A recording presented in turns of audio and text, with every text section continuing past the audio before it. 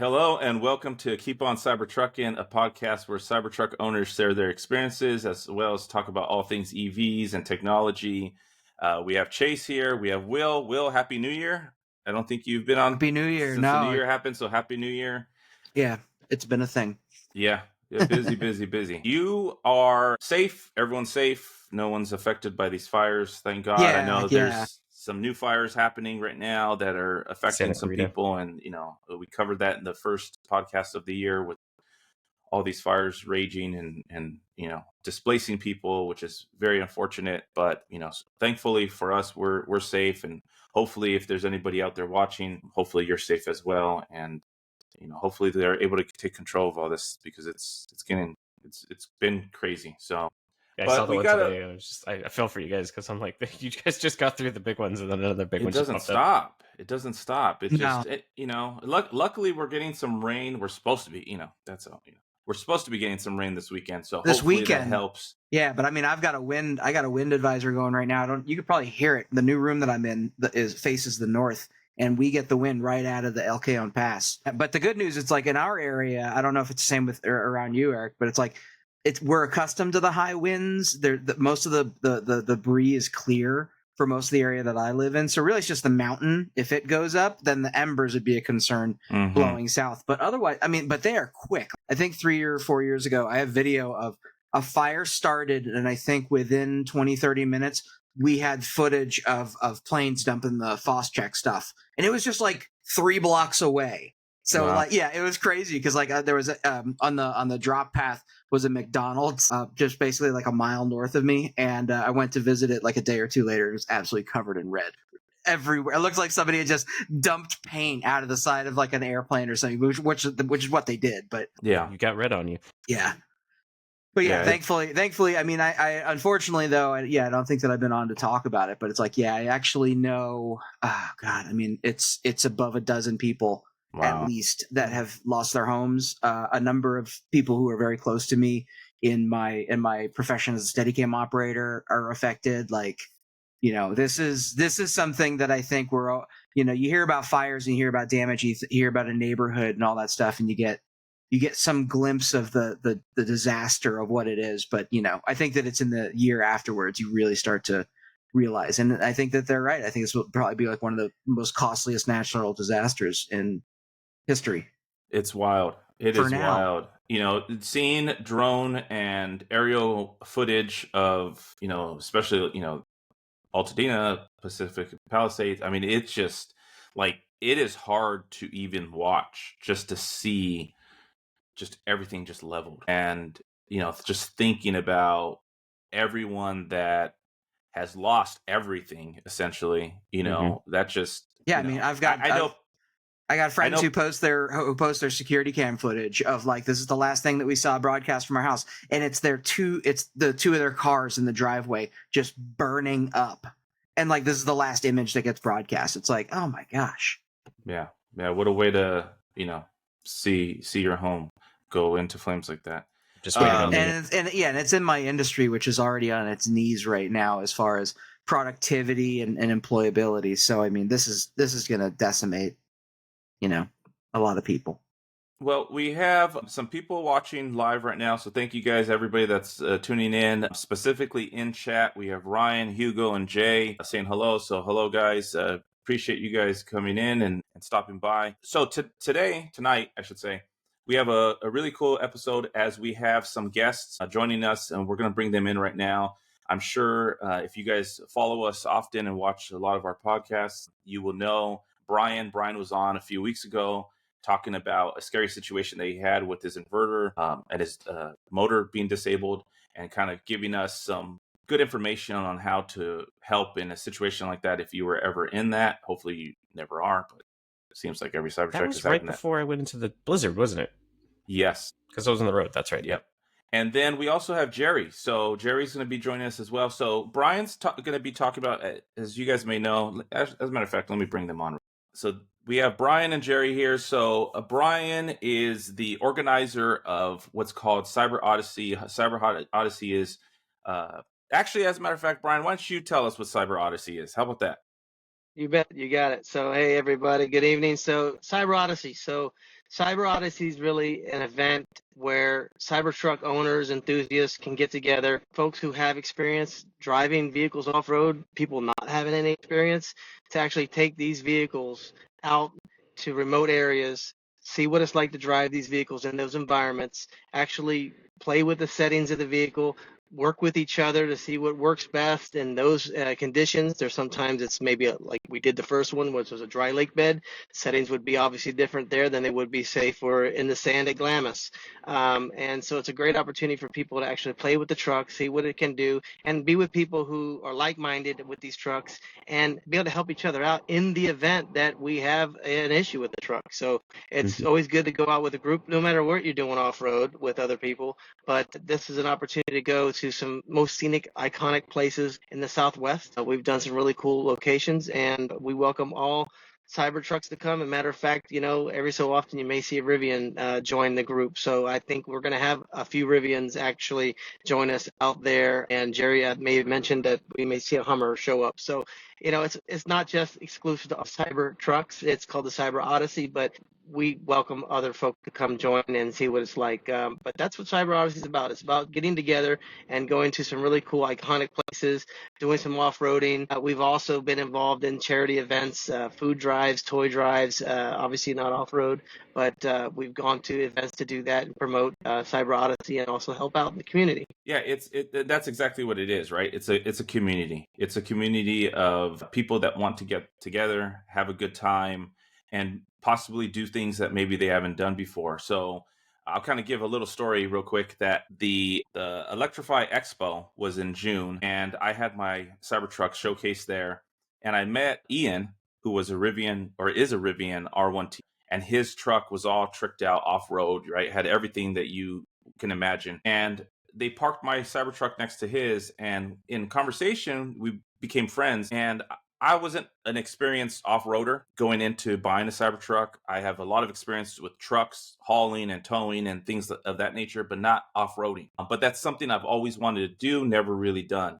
And so we got to talking, and he's very experienced in that. And in that conversation, he was very adamant that if you're going to go off-roading, don't go by yourself. Don't go by yourself, and try to take somebody that's experienced, at least in the beginning. Once you are the experienced guy, then you can go out, and have a little bit more fun and not feel so, have as much anxiety.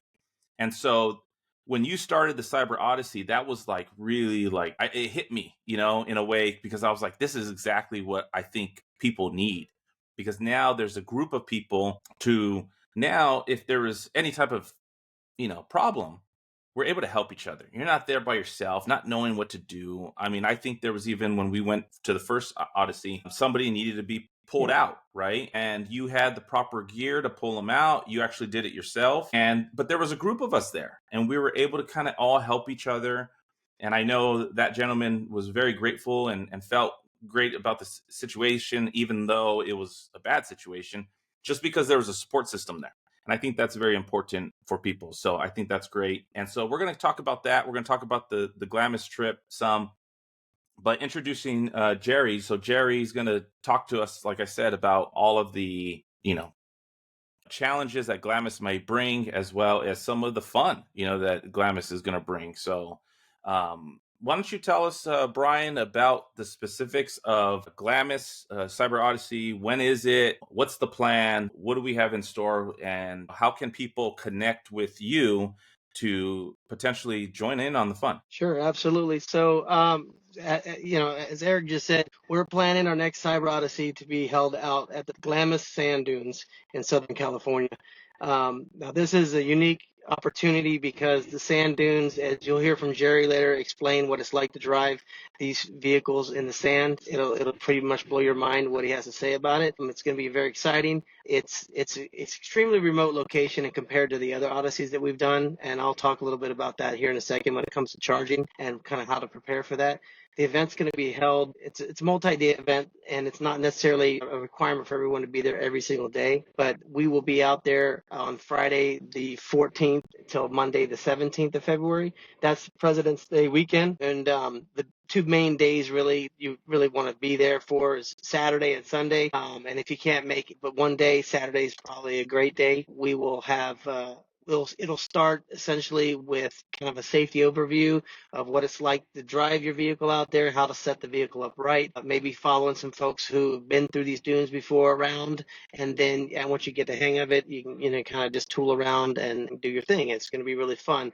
Like I mentioned earlier on, there'll be probably more than just Cybertrucks there in our group, which will be fine, and it'll be a good time. Now, when it comes to charging, there's some concerns about range. When you get out there, generally you're going to have to air down your tires, which leads to have a good plan to be able to air your tires down. We have people that can help, but if you look online what it's like to do that, if you haven't done it before, there's all kinds of tools on Amazon you can use to quickly air down your tires and have a compressor. Again, we'll have compressors there, but I mean, there's going to be it could be a potential for a lot of truck there. And so if you can have gear for yourself, that's great. But I have gear, so there's that. But it can get time consuming really quick if that's the case. So just keep that in mind. The closest supercharger is 37 miles away in El Centro, California. That's a bit of a haul. From what I'm hearing, that's about an hour drive away because it's not just on the freeway. It's just regular roads. So you're getting down to El Centro. That's an hour. That's eating up your time right there. Then you got to sit and charge. Give that probably, say, an hour. And then you got that hour back. So now you've lost 3 hours of your time on the charge situation. That's a supercharger. Some people bring generators out there. I'm not saying that's what you should do, but it's an option. If you wanted to do that, that's something you can do. That's what people do at times. You don't get a lot out of that, but that's an option. Jerry will talk a little bit about that. And then there's the CCS option. Now, there's been discussions about CCS and Cybertrucks, and there's no recommendation. Who did that? Who had those discussions? I mean, who are those guys? Yeah, where that came from. Just go back a podcast. I don't know. Who's running all the fun? Yeah, plug that. That's very good information. That's the last episode. You'll learn a lot. So I'm using a EV jack and a Tesla OEM CCS adapter. I've tested it. It works fine. The third-party adapters out there are hit or miss. So I, just look into it carefully and have a kind of a game plan. Like I said, worst case scenario, you're looking at that El Centro supercharger, tried and true, works. Just a little bit of time that you have to eat out of your day to do that. If you plan to come out, plan to have some food and provisions that you need. The restrooms will be about a 2-minute drive away from camping. Our camping area will be just off the pavement, so we're not going off in the middle of the dune somewhere far. The camp will be close to the pavement, so you just get on the pavement, head on down to the restrooms. It's close. So there's that piece. What else is there I want to talk about on this? There'll be a raffle on Saturday. We've had some sponsors come forward and provide some things, so you definitely probably want to be there for that. So that's an opportunity. And there's no cost. Cyber Odysseys are no cost, no registrations, none of that. So it's just about getting together. And, if we get lucky enough to get a sponsor to give an item or two out, then there's that piece. There'll be more information. Unless you're going to spend the night. What's that? Yeah. If you're going to be out, overnight. In general. Yeah, well, in general, you're going to want to get a pass, a Glamis pass. It's $35. It lasts a week. So if you're there one day or you're there for the whole time, $35 is going to cover you. If you don't have that pass, then you can find out the hard way and get a ticket. They go around and they police that regularly. One of the Cybertruck owners got I think it was $85 ticket last time for not having the pass. So and they're available online. You just look up Glamis passes and you'll find out how to get those.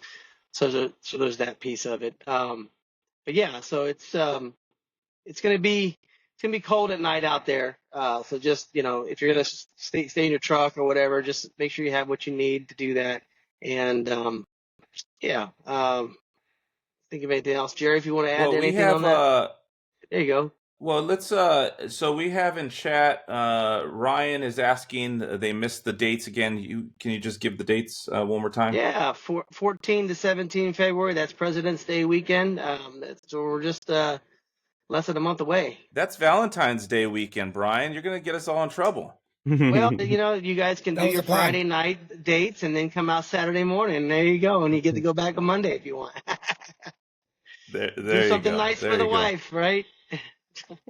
Yep, there you go.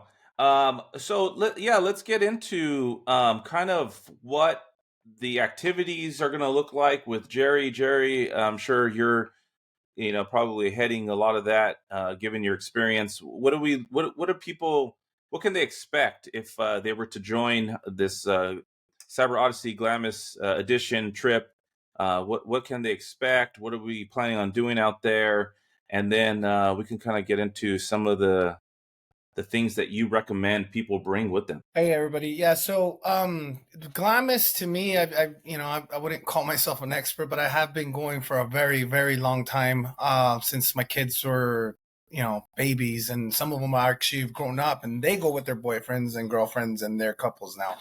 But Glamis is it's off-roading, but it can be a very, very, very fun place, but it can also be dangerous, and I want to make sure I exercise caution when I say a couple things. I wouldn't call it like it's super dangerous, but you have to just be aware of your surroundings. There's certain laws, like speed. I don't think is one of them, but there is certain things that you have to have on the vehicle, like I think it's like a 6-foot whip at all times. If it's at night, it has to have some sort of light. In this case, $1.99 glow stick will do.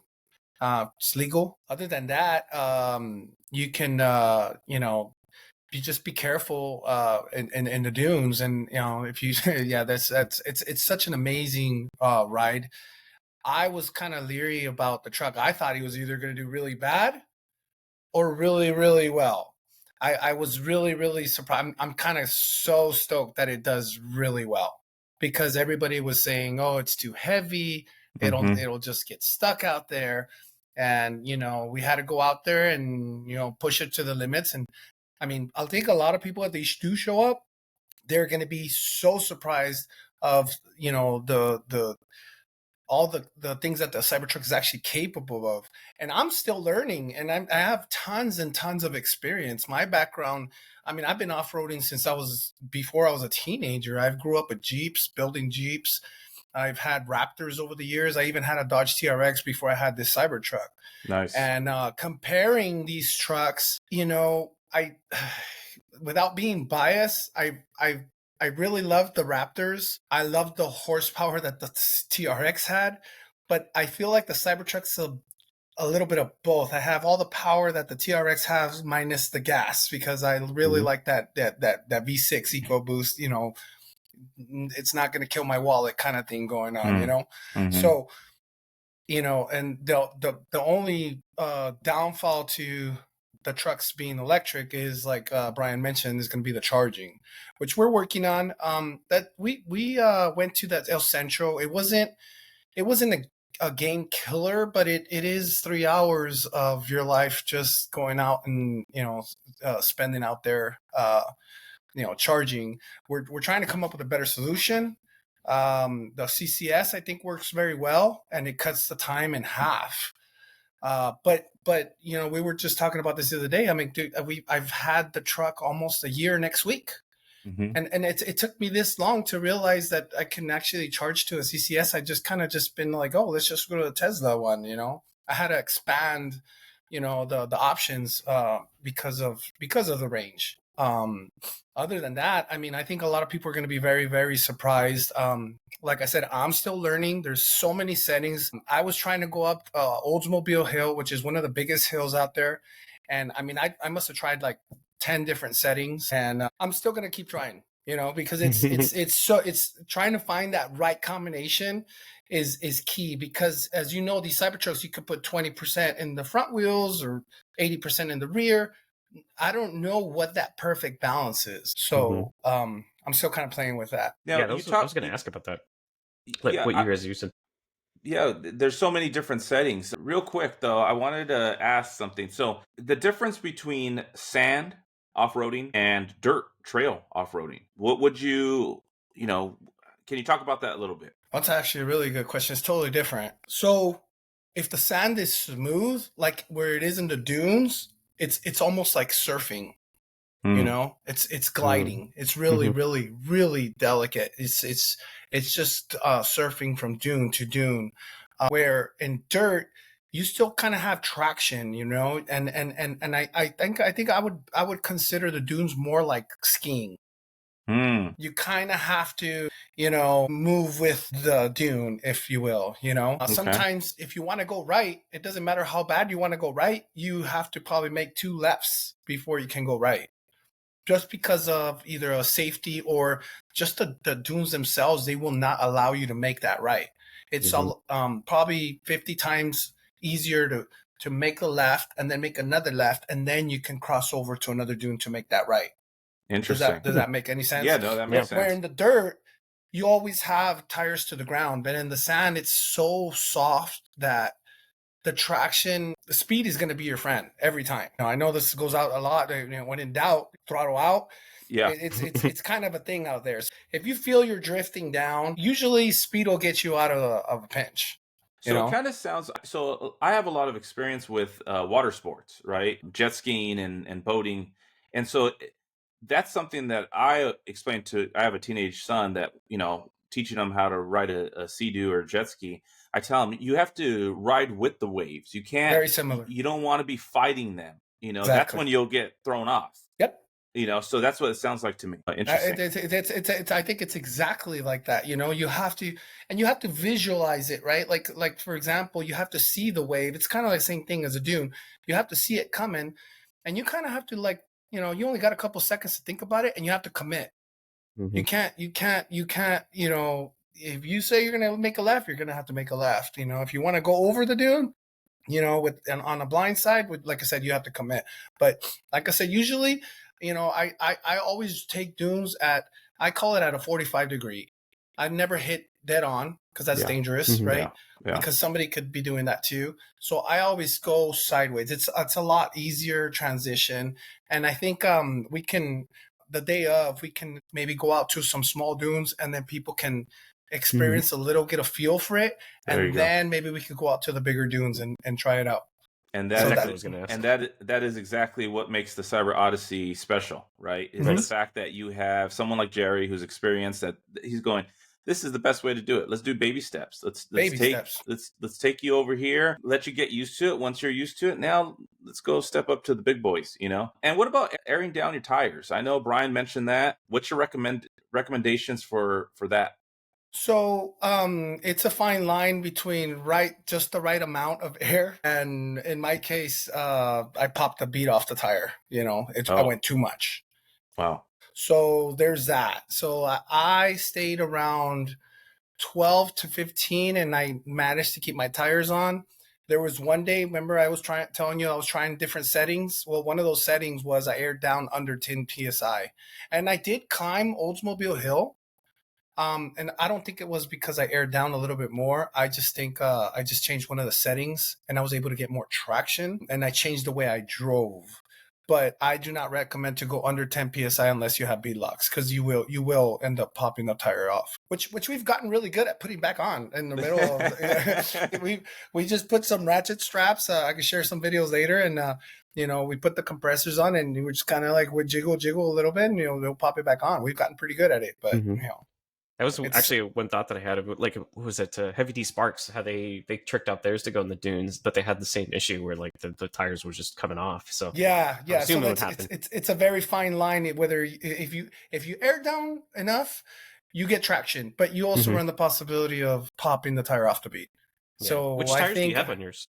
I have BF Goodrich Baja Champions, but mine's are HD terrains. So they're more like a mud terrain.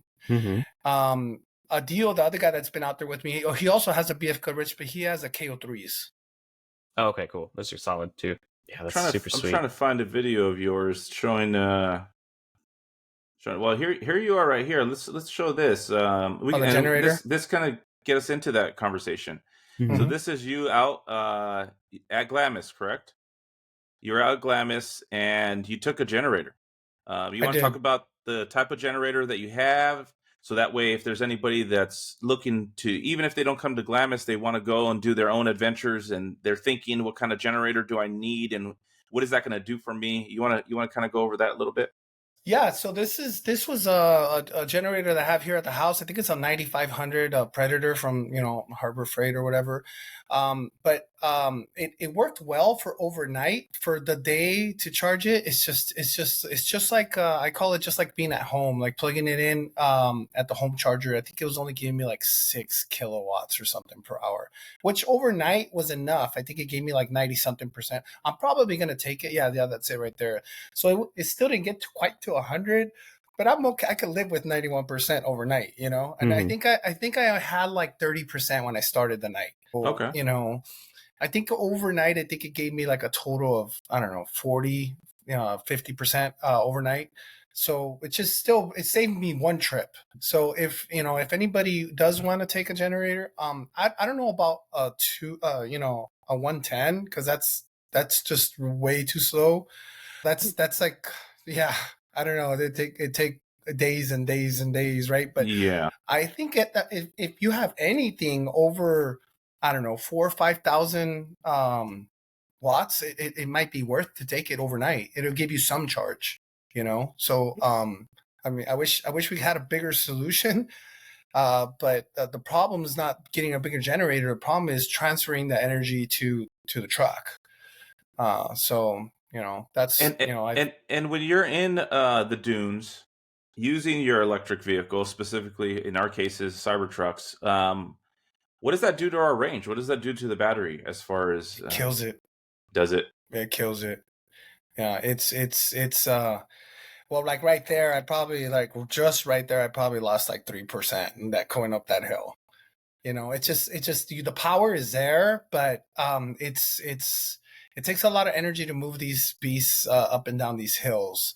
I'm not saying you can't have fun. You can absolutely have fun. It's just,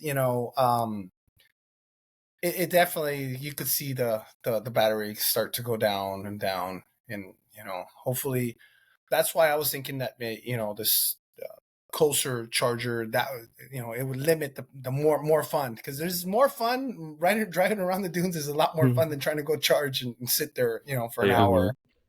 I guess it's a good question for people that are trying to plan ahead, because you were not really talking about miles in charge. I guess driving around like this, how many hours do you think that you got out of Oh, that's a good question. A good charge amount. I'd say with the full. Well, I can tell you in the morning, I would have basically 90%, and we would drive around. We would go dune a little bit, and then we would have to go charge towards that. I think so. Basically, I think we could drive around all day, but we had to go charge again at night to make sure that we had enough battery for the night, if that makes any sense. Because the thing about Glamis, during the day, you can go dunes, you can do, just drive around, look at other people, just watch other people just jump the dunes, dirt bikes. I mean, everybody takes whatever they can. Oh yeah, I haven't got that far yet to jump in the Cybertruck, but I've been close. Well, if you do know of any Rivians out there that happen to go airborne, definitely video it and let me know, because I'm also curious about that. But yeah, I would love to see.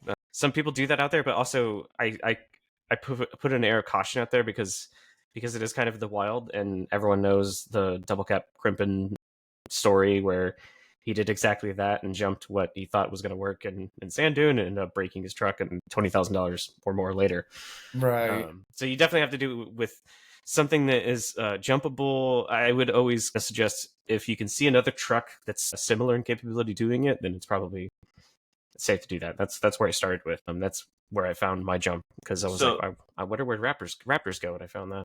So Jerry, just a little background on Chase. He's being humble over here. He's the professional jumper. Let me show you his video real quick. So this is dirt. It's not sand. Attaboy. I'm definitely with you there. There's a difference. so yeah, he took his Cybertruck out, and he was he kind of went viral for this video because he got a pretty good jump out of it. So yeah, this is all on clay. We did it's Baja mode with like 30% in the front and 70 in the back, and that it was perfect. I didn't have to really play with it at all. This is actually a professional like motocross track, so there really wasn't anybody out there, so the guy was nice enough to like go take the water truck around and like put fresh water down, so everything was like nice and wet and great. It felt good, right? Oh yeah, it was stupid how easy it was. Like, because I had all the guys with me, they rode along on each lap just to experience it themselves, and it's like you didn't even realize we were airborne, and we were like 5 feet off the ground. So I'm very impressed that the airbags can handle that jump pretty good. I mean, it's you know, yeah. I am. I think I have a video of me jumping. It's just not as good as this one, but I got pretty good air too. It's similar to that. I think it's worth trying because it's definitely capable. And what gave me even more confidence is I was looking through the off-road manual for the Cybertruck, and it does have a little blurb that talks about if it becomes airborne, it will detect it and try to like brace for impact or whatever. So they did plan for the truck to become airborne. Well, we need to put that to the test. I'll add it to my list. Yeah. Well, that's the beauty about the sand, that it's soft. It's so forgiving. So jumping in the sand might even be softer for it. Should be easier. Easier, exactly. Yeah. If we could find the right place to do it.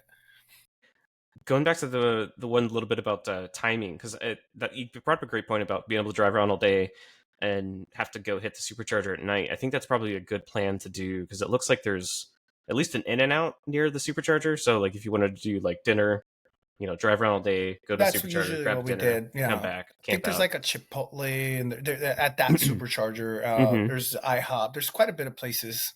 Yeah. Yeah. So the hot dogs at the Home Depot. Makes sense. Or even if people want to like I said, come out just for the day on Saturday or just for the day on Sunday, that's probably what I would do, is like drive all the way out, get to El Centro in the morning as early as I possibly could, fill up at the supercharger, go out there, drive around, come back, and then you're good to go. So it's a perfect date night for February 14th. Yeah, right? Yeah. Or my birthday, too. Well, there's a lot of fireworks. There's a lot of fireworks out in Glamis, too. That's at night. So, there's certain times. That's one thing I didn't mention, Eric. Like, there's drag racing from 2 p.m. to right before it gets dark. I don't know, like, depends what time the sun is going in, like maybe 5:30, 6 o'clock. So there's a good 2 to 3 hours and anybody goes out there and drags. I mean, you see some, Volkswagens, Razors, side-by-sides, some, really expensive $300,000 sand rails, even the choppers drag race. I don't know if you guys seen those videos.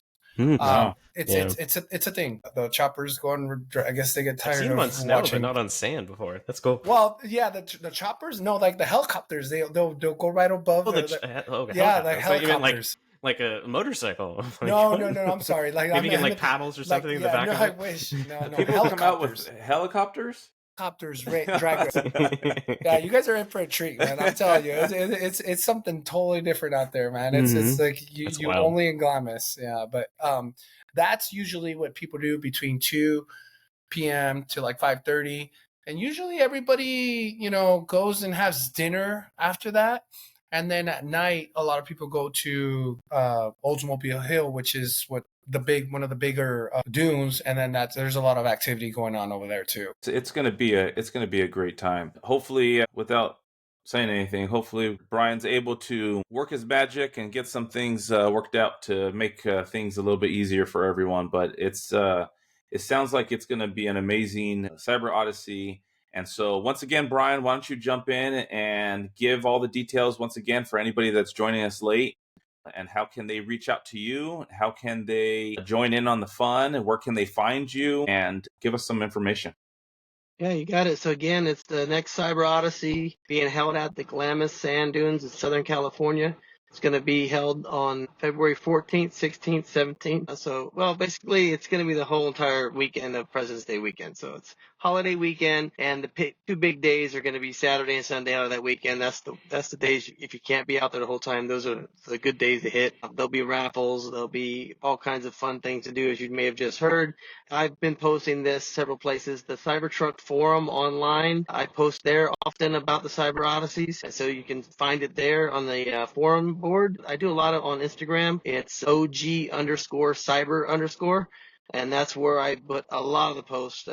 Constantly put something up there as a reminder, and then you can DM me through that. Through Instagram is probably the best way. I monitor that regularly, and then I can send the PDF version of the info packet out to you. And hope to have as many people out there as possible. And Eric kind of dropped a little bit on this. I am trying to work something out on charging. Maybe we can get some sort of remote charging station out there on a semi. I don't know. We'll see. The stars would have to align. It's a tough one to get, but we're trying. And we do have these other options out there with the superchargers and the CCSs that are nearby. So we hope to see some folks come out there, and it's a really good time. If anything, come out, meet us, and if you don't, follow us online, and you'll see the next event come up. Well, perfect, fellas. I appreciate you guys joining us and sharing your knowledge and information. And once again, Brian, thank you so much for putting together these Odysseys. I think it's amazing, and I know a lot of people enjoy them and have fun. If obviously you haven't been to one of them, I highly, highly encourage it. And like Brian said, you don't even need to have a Cybertruck. Even if you don't even have an EV, if you want to just come out, hang out, have some fun, and see what EVs can do. I know there's a lot of hate out there, but like Jerry said, these trucks can do things that a lot of people don't think they can. So yeah, I'll be honest. It's not really in my world of interests right now. Doing a lot of off-roading, but hearing you guys talk about it, especially Jerry, I would totally 100% be like, it's cool. These guys sound like nerdy about this. I'm down. Let's see what. Let's do it. Go right along. Yeah. I mean, even for you, Will, to drive down and bring the Rivian, you don't need to, take it into the sand, but bring the Rivian and some, jump bring in. the kids and chasing me is like, jump it. And just asking for science. Yeah. No reason, just science. Exactly. So once again, Brian, Jerry, I appreciate you guys coming on and sharing your knowledge. Thank you so much, and we'll see you guys. Around. We'll see you in February for sure. Sounds good. Appreciate it. Take care, guys. Yep. Thank you. Yeah. So that's that's be living vicariously through your. That sounded so cool when Jerry was talking about it. I was like, holy crap, these guys really know what they're. I'm like, just the curious part of me is like, I have a car. They do these things. If I was going to learn about doing it, but better than just me getting my truck busted down on some back road trying to off-road for the first time. That sounds amazing. That's the thing for me. It's beyond, for anybody that has any type of interest in it. This is the perfect opportunity to go out there with a group of people that obviously are going to be understanding and accommodating to you. And then even for people that don't even have trucks, that have no desire to even go into the sand, or maybe you do have a truck, but you're like, I don't want to get dirty. I don't want to. This is not my thing. I'm just coming for the environment. I'm coming here for fun. I think it's just but like I've always been somebody who like I like I like it when somebody has a culture of we're doing this to teach you people how to do this. We're at the end of the day we're gonna make you ready to do it. Like I did my motorcycle safety class back in like 2021. That was the vibe I got from those guys. They seemed rough and they were all like, we've been riding for 30 years, 40 years, something like that. But they were all like, we're here to make sure you're safe so that you don't become some statistic. Mm-hmm. Exactly. We're going to help you. And it's that kind of culture that I just love seeing, when you just put it together and be like, hey, we're going to, people have got these trucks and they're going to be like, I'm going to go off-road and let me try this, and they wind up, needing like tow hooks for somebody to drag their friggin' truck out of some ravine or something. Who knows? Yeah. It keeps the sport going that way. We have quite a bit of people in chat. Bill's in chat saying hello. Obviously, Hugo was in here, and Jay, and Ryan, Gabriel, Chris, Accelerating Tech. If you don't follow his channel, go ahead and check him out. He does some really cool Tesla stuff. So, hey guys, thank you guys for joining us. Ryan had a question. He says, "Do you guys enjoy or love this truck?" I think most of us love the truck. I think there's some things about the truck that maybe we don't love so much. A lot of publicity about recalls and price, motors and inverters, and then the price. At the end of the day, we were promised a $50,000 truck or $60,000 truck, and ended up being double that. But overall, I would say, Ryan, not sure if you have a Cybertruck or if you're thinking about getting one. Oh, he puts on here, he's on the waiting list. So, I mean, cool. I would say it's an amazing truck.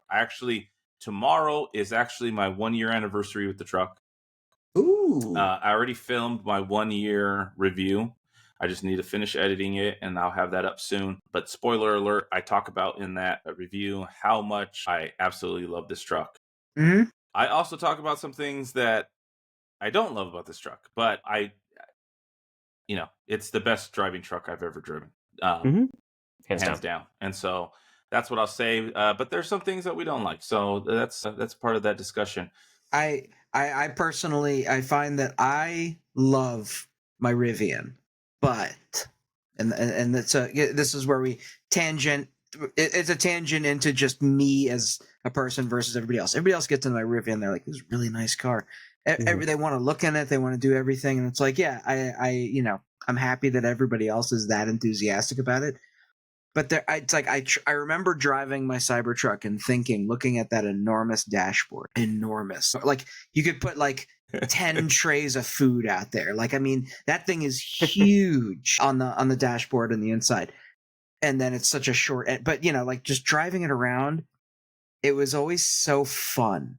It always just had that, I mean, that steer by wire. And so this is why I think that, and this is a similar reason why I was like, I had a chance to dabble with the Cybertruck now, but there's still a part of me that it's like, I think back to the iPhone, where everybody was super stoked for the first iPhone. I was like, I'm not spending that much money for it. And it's missing the basic things that I would want, which is 3G, GPS, which the original iPhone had neither of. It was originally still like the old dial-up data service, and like literally the worst of 2G, and it didn't even have a GPS module. Like my Verizon flip phone turd had GPS. Anyway, the point I'm trying to make is that I'm eager to see what comes from this build of the Cybertruck, where it evolves to. In that way, I'm still in love with what the Cybertruck represents, because I still remember loving how it drove.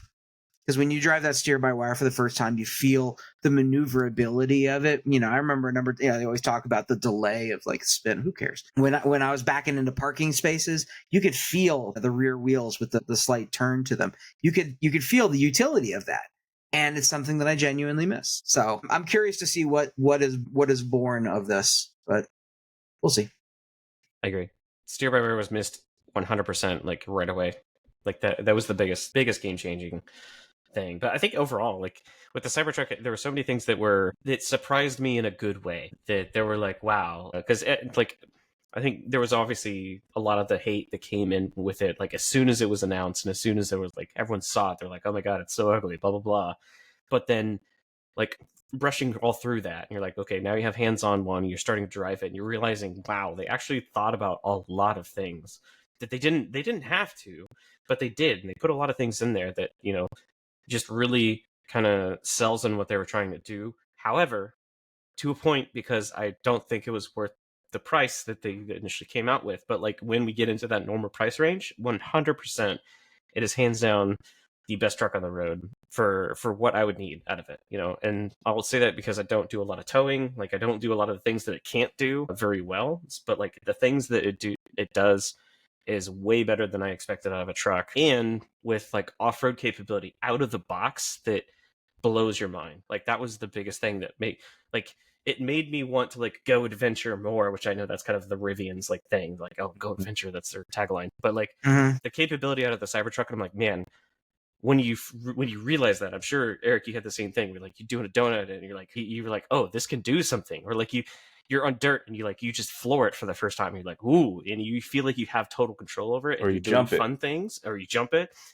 That's when it's like, what else can I do? It kind of gets your gears going there. So that's why I'm excited to get back into it. Yeah, that was my experience. And that's when I told that story about meeting Ian, the Rivian owner. I never in my life of owning trucks it's kind of like what Will was saying, right? He doesn't have that itch to go off-roading. That was me. I never had any desire to go off-roading in any of my trucks. My trucks were always like work trucks, right? I was using them to do that type of stuff. And it was never for fun of getting on the trails. It wasn't until I got a Cybertruck. Once I took delivery of the Cybertruck, I was like, wait, this would actually be really cool because of the air suspension, being able to get that clearance with the extract mode, and You do both. eventually doing the off-road update that they did, and introducing all these different settings, and all these different things that you can do with it and how you can adjust it. That's when it's like, okay, I have to go do some of this stuff. And then once I did it, I was like, okay, now I see why people do this on the weekends. Now it makes sense.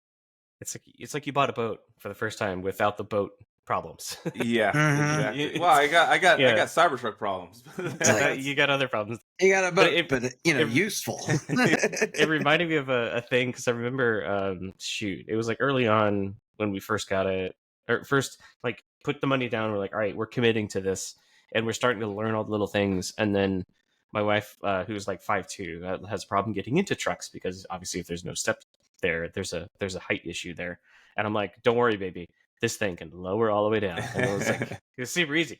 And then it turned into that she loved the Cybertruck way more than she ever liked my F-150. A, she could drive it easier, and B, she could get into it much easier. There's so many things that made it not just appealing to like guys, but also appealing to moms. Oh yeah, for a lot of reasons. Well, I mean, we talked about it, I think, on the last podcast, or one of the podcasts, about when I went on that road trip up north, and my wife ended up helping me drive, and which she usually doesn't do. Don't want to hear me say that, but she drove the Cybertruck, and I took a nap, and when I woke up, she was like, "This truck just drives so nice." It's like, it's true. It's true. I mean, I think that I've been spending a little bit of time simmering on the current state of the world, and trying to divorce certain things from certain things, just to try to, I don't know. I feel like I've been clumping things together a little bit too much in my life. So I'm trying to spend more time in the nuance. And I still genuinely believe that, I think that, like everything going on culturally and politically with Elon, however you feel, whatever, I think that this is kind of the DeLorean moment, when John DeLorean got arrested, and what it did to the company, and what everything. I'm just saying, it's just culturally, as far as how everybody feels about it now. I mean, I think that Tesla's a little bit bigger, actually a lot bigger, but I don't know. I think that it was super dumb how everybody has come down on this truck, shitting on it without ever riding in it. And I think it's one of those, and you remember the Pontiac Aztec? Oh yeah. Yeah, like that was the vibe I originally got from the Cybertruck. You're like, if you can, if you give a shit about how it looks on the outside, but then you get on the inside, and everybody who ever owned one was like, it's the greatest car I've ever driven. It's the greatest ride. It's got so much space. It's so useful. It's so amazing. And I feel like that's the kind of thing that it's like, if you were to talk to real Cybertruck owners without coming in and be like, DeLorean, just go in and be like, what do you like about the truck? Chances are you have every Cybertruck owner being like, I love the way it rides. I love the way, how smooth it is. I love the steer by wire. I mean, just driving it is kind of an experience that doesn't exist on any other vehicle, because nothing else kind of drives the way that it does. So it's amazing. Yeah. So I think that I'm just so disappointed about how so much ingenuity and technological creativity is being breathed into the life of electric vehicles. And the auto industry has been boring as hell for years. And before electric vehicles really started pushing battery, I mean, it's like, hey, get this one, and it has like slightly crappy-ish, MPG or whatever. Like, there was no real Bluetooth this time. It has Bluetooth. Good work, guys.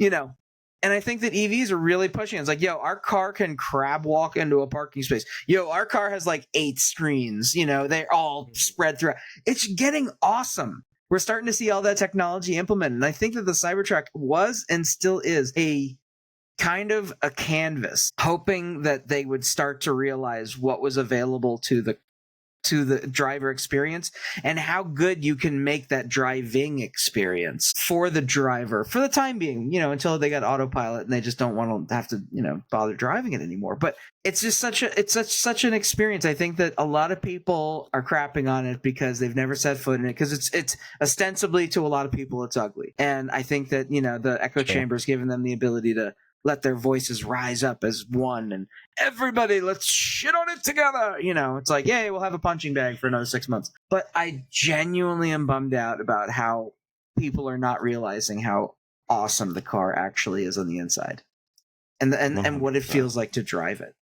I think that if the price point was a lot better, there'd be a lot less shitting on it directly. I think that if you could buy 100%. A new back at the announcement rate, like what was it? The announcement price was like 40,000 for the single motor, 50 for the dual, and I think 70 for the tri or whatever their plan was.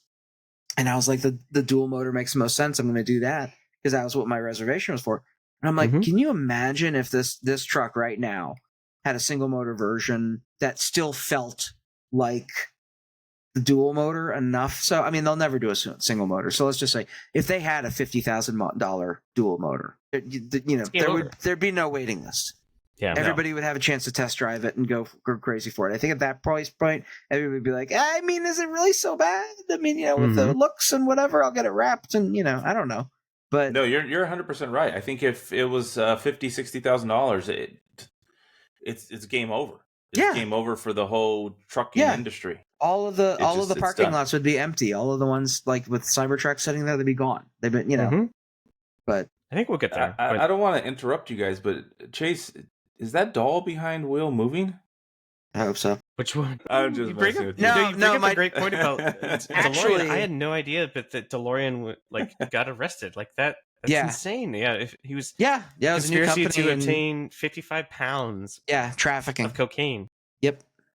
But it brought up a really good point about that. Diving into that is that so the DeLorean at the time sold for $25,000, which at the time average cars were about $10,000. Yeah, that's crazy. Everyone was insane, and even like a souped-up Corvette at the time was $18,000. So it was even more expensive than a Corvette, and it's kind of similar to what we saw now, where it was like even what my experience was. These Cybertrucks were kind of getting lumped into supercars, and now it's like you have Cybertrucks and then DeLorean, not DeLorean, but like McLarens, Ferraris, all these Lamborghinis, and it's like and a Cybertruck. It just doesn't make any sense. The circles that Chase is hanging out in. It's weird.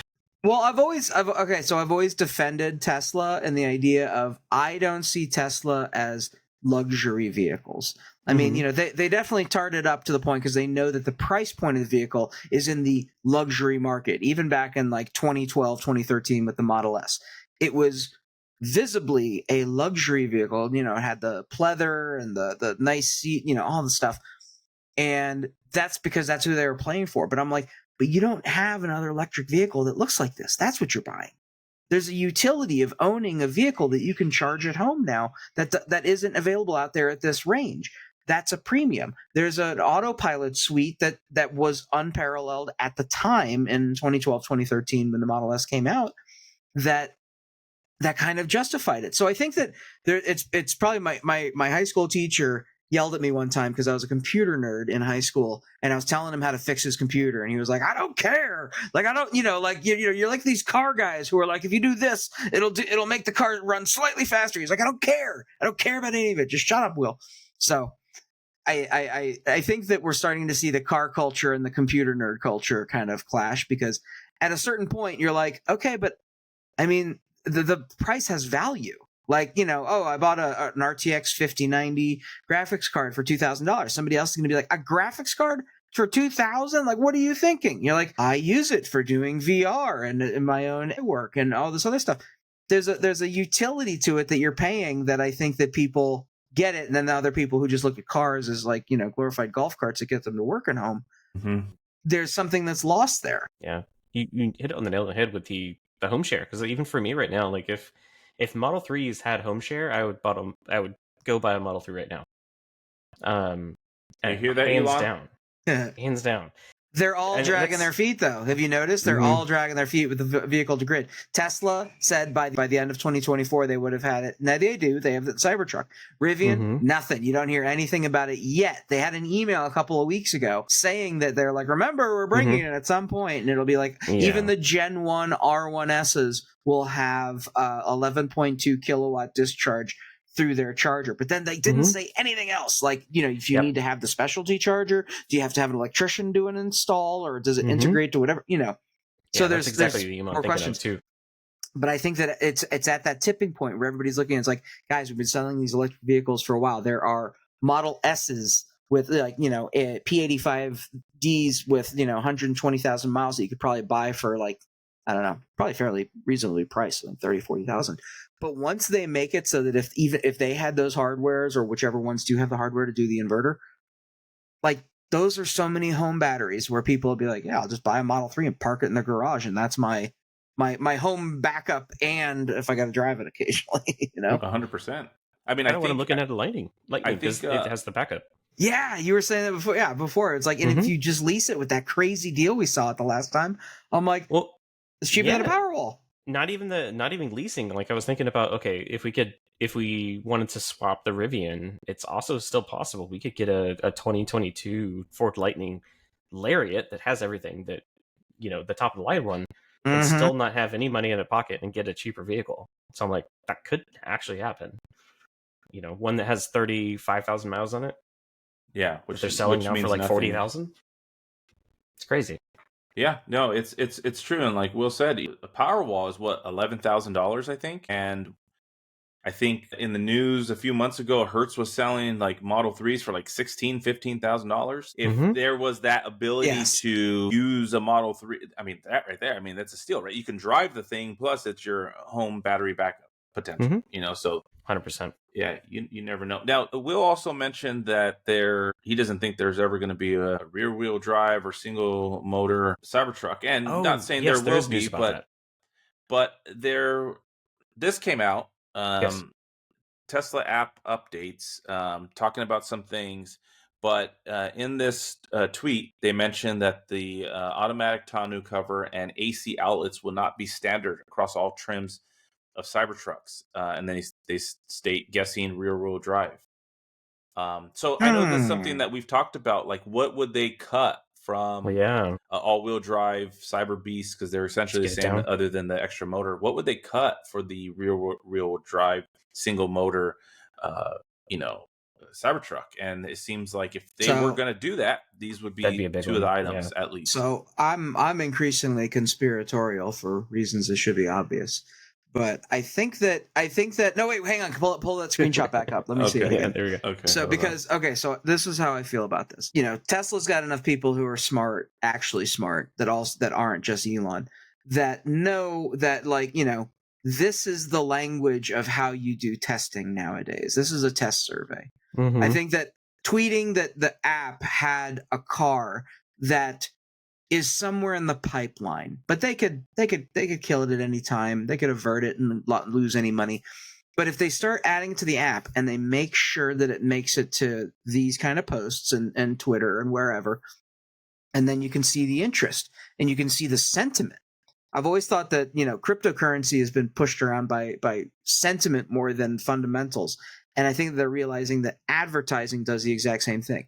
So if you if you can track the sentiment across social media of people being like, what, I lose the automatic tonneau cover? That I'm not buying this thing. Or what, the outlets are literally the only useful thing on it for me. I wouldn't buy it at another price point then if it didn't have, and if they can assemble that data into a model to be like, you know what?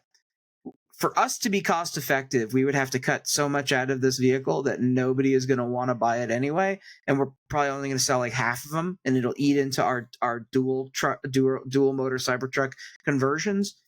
It's just an easy way for them to kind of fly it around, to be like, all right, do people want a real-world drive? Let's try and cut some features out so we can differentiate, because it's like otherwise, the Cybertruck and the Cyber Beast, they're pretty much the same car, it's just different motors.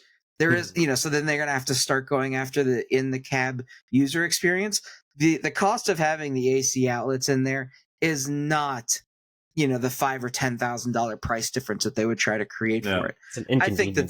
I think that they're just testing the waters with something like this. Yeah, it's more of an inconvenience charge, which I mean, exactly, inconvenience charge. I love that term. But the tonneau, I could totally see getting rid of the tonneau. You could easily get rid of, a lot of the. Yeah, you're right. I don't know. The AC is kind of minor, but I don't know what else they And would I don't cut think out of it's it so other than maybe minor. I like think that, here we are just a moment ago. We're talking about Model 3s and the utility of the battery. We're Mhm. at that part where the vehicles now need to be like, okay, we're not just a car that runs on a different drivetrain. We need to make use of what is available to it while it's in motion. And one of those things is a 55 or 75 kilowatt or 100 or 125 kilowatt hour battery Mhm. that, and the average draw of a family of 4 on the road driving somewhere might be, hey, we threw a PlayStation 5 in, so it's got like 400 watts an hour just drawing from that.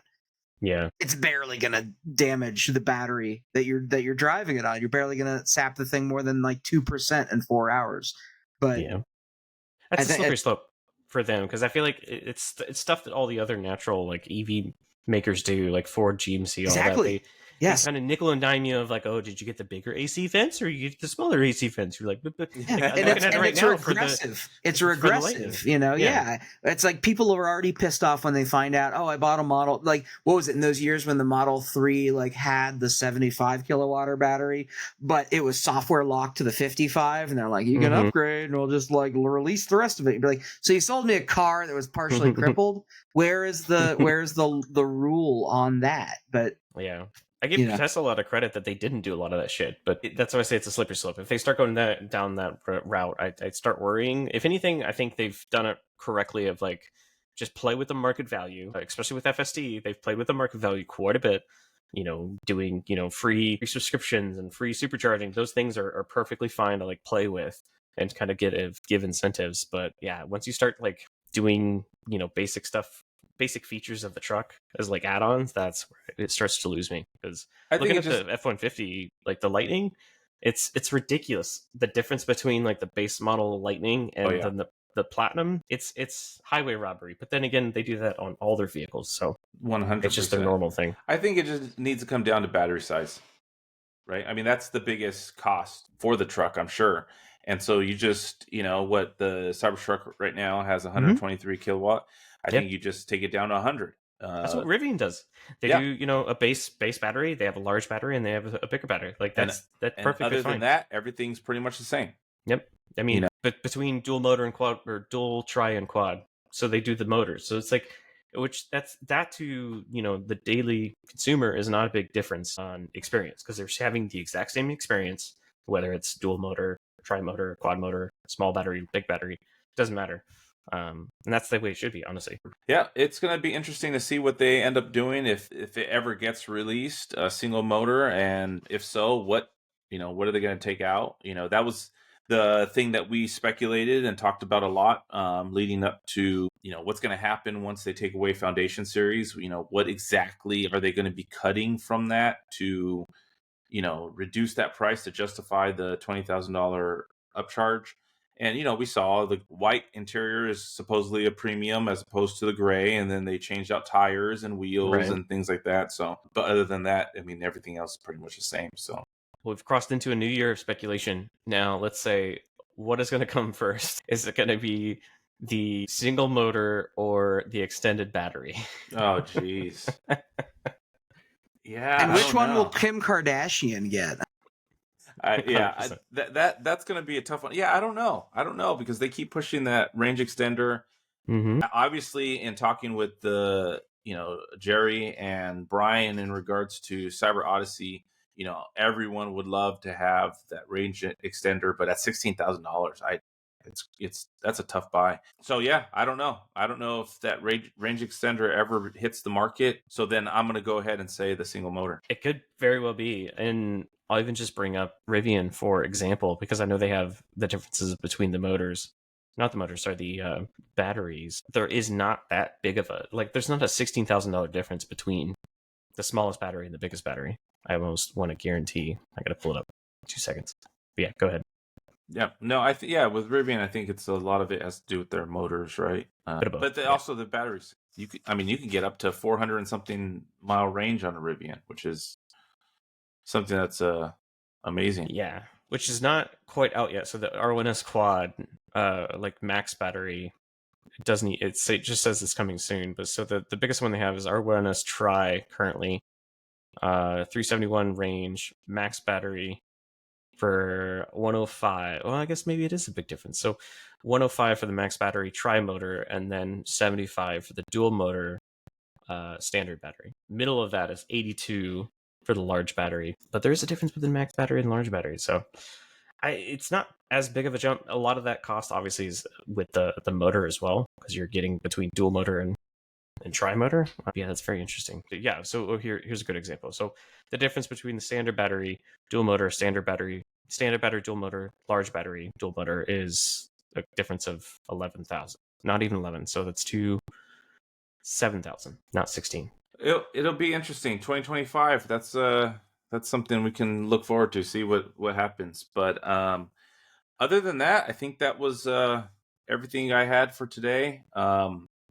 Once again, big thank you to Jerry and Brian for joining us today, talking about Cyber Odyssey Glamis. If anybody is listening or came late, if you guys are interested in hearing more about that, obviously I'm going to post this podcast tomorrow on YouTube and all of the other platforms that you can listen back. But for anybody that's listening right now, follow OG_cyber_ on Instagram. That's Brian's IG, and you can DM him and you can look at his posts, and he's got a lot of information about the current Cyber Odyssey that's happening in February, and then obviously follow him for future updates on other Cyber Odysseys. So once again, thank you to them. Thank you to everybody that joined us in chat. Obviously, our regulars, Hugo and Jay and Bill. We had Ryan in, and Gabriel and Chris was in, and a bunch of others. So thank you guys for joining us, and we'll see you guys all on the next episode next week. Word.